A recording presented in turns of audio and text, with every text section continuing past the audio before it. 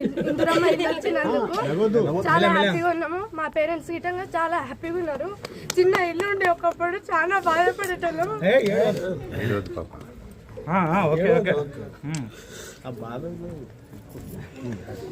చాలా బాధపడేటోళ్ళం. అట్లాంటిది సార్ వచ్చినందుకు చాలా మంచిగా అయింది. హోమ్ గిట్టంగా వచ్చింది. చాలా హ్యాపీగా ఉన్నాం. మా పేరెంట్స్ గిట్టంగా చాలా హ్యాపీగా ఉన్నాం.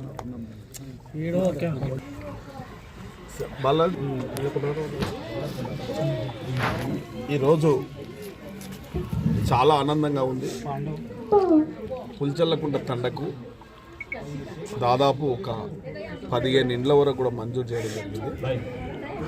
ఇందులో ప్రభుత్వం నియమించిన నిబంధనల ప్రకారము కవితా మోహన్ గారు వారి కూతురు చాలా పాపం 10 సంవత్సరాల నుంచి ఈ యొక్క పక్కా ఇల్లు లేక ఎన్నో ఇబ్బందులు పడి పాపం ఆ పాప అంటే గతంలో ఏ విధంగా బాధలు ఉండే ఆ బాధలలో మనందరికీ తన అభిప్రాయం చెప్పడంలో ఎంత బాధపడతా ఉంది ఆ పాప అంటే నిజంగా 10 సంవత్సరాలు ఎవరు పట్టించుకోలేక పక్కా ఇండ్లు ఇవ్వలేదు కాబట్టి తీవ్రమైన ఇబ్బందులు ఎదుర్కోవడం జరిగింది.